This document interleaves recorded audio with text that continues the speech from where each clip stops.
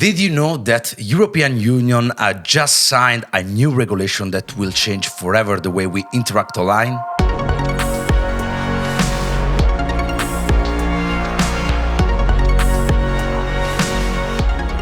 Hello everybody and welcome back to Hello Trust, your one-stop podcast dedicated to the world of digital trust, a set of innovative technologies that allows us to perform complex operations directly online, such as signing a digital contract, opening a bank account, or even subscribing an insurance policy. I'd like to remind you that this podcast has been produced by Infocert, the largest qualified trust service provider in Europe, and you can watch all the episodes through our YouTube channel or even listening to it through your favorite podcast platform. With Hello Trust, you'll discover how eIDAS will make our life online simpler and safer. All the advantages and benefits for citizens, professionals, enterprises, and public administrations.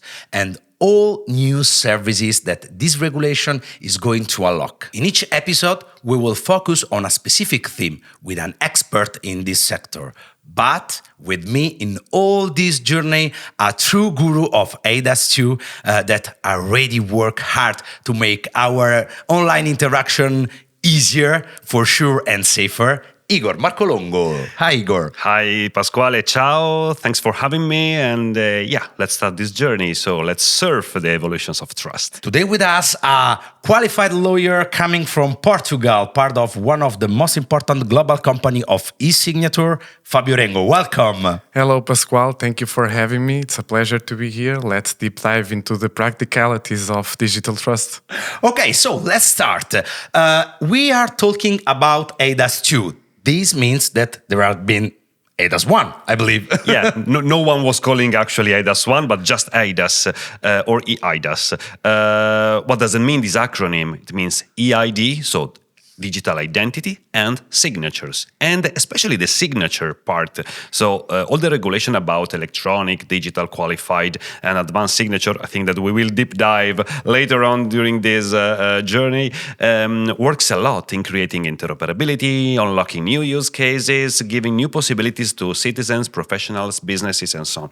The other very fundamental part was and is digital identity that was not so harmonized in Europe, and even today we can have countries that invested a lot and has two different identity schemes perfectly functioning, like Italy with SPID and the identity card. Other countries that invested a lot, like Germany with the Personalausweis, that is this identity card, but it's having some problems in taking up in the current usage.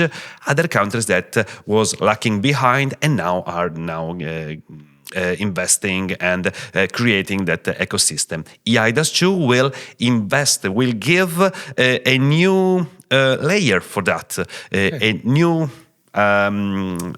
identity scheme that is called digital identity wallet, that will be a strong harmonization tool that will bring digital identities in the hands and in the pockets of all citizens in all the 27 member states of Europe. So, Fabio, what practical changes eIDAS 2 is going to bring us as citizens? So probably the most important change is the creation of a European digital identity framework that will result in the creation of the European digital identity wallet. Okay. This wallet will give EU citizens full control over their personal data by allowing them to selectively disclose with whom and how they will share their personal data. This wallet will not only reduce friction and increase the efficiency in online interactions, but will also enhance privacy and security. In addition, the eIDAS 2 will bring 4 new additional trust services. It will also fortify the current rules applicable in an harmonized way to the current trust services market, which means that in the end of the day, we will have a more level playing field in terms of the provision of trust services across the EU. So, Fabio, let me better understand, as a citizen, what can I do? Tell me, for example, 3 things that can I do thanks to eIDAS. Sure, you can access digital services online and interact with public administrations cross borders thanks to your electronic identification scheme. In addition, you can digitally sign or seal electronic documents in a fully remote manner and full equivalency with handwritten signature with full legal validity. And lastly, you can easily verify your identity to access online financial services and banking, healthcare platforms, and e-commerce platforms in a securely and convenient way. But it's something that I can do already online, like logging in my bank account or something like this, right? Yes, indeed. As I said, eIDAS worked not perfectly in all its items and services, but it works a lot well. What will change with the eIDAS 2? What is good will be kept and brought to a new level. For example, digital identity, thanks to the attributes, will become even more flexible. We will have more information that will be connected to the identity of a person, and the person will have an additional level of security and privacy, and as Fabio was saying, the full certainty of which are the data that the person is sharing and whom it is sharing to. And this is really, really interesting, even to execute GDPR-related rights, for example. The second one will be the level of security and liability. All the security of the system will be strengthened a lot with a new level of assurance for digital signatures, identifications, for example, even for the wallet, that will be level of assurance high. And even the liability, even the sanctions will be strengthened for trust service providers and QTSPs and qualified trust service providers. This with the purpose to give the best level of security and protection to citizens. But there will be also a kind of business opportunities for companies, for example, right? Sure, there will be a wealth of opportunities for businesses.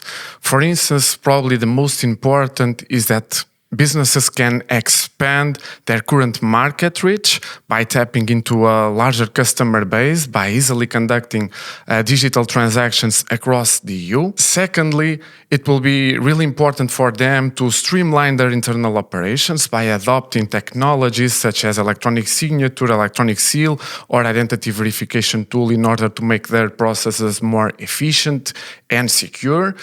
And lastly, it will be also interesting to understand how eIDAS will benefit the businesses more on the customer loyalty perspective, because in the end of the day, eIDAS promotes trust among consumers, and so it will definitely enhance a brand reputation if they will incorporate eIDAS trust services within their digital processes. So a lot of opportunities. Thank you very much, Fabio, and thank you very much, Igor. And thanks especially to you. If you want to discover more regarding eIDAS 2, please watch all the episodes on our YouTube channel or listening to them just through your favorite podcast platform. Thank you very much and have a good day.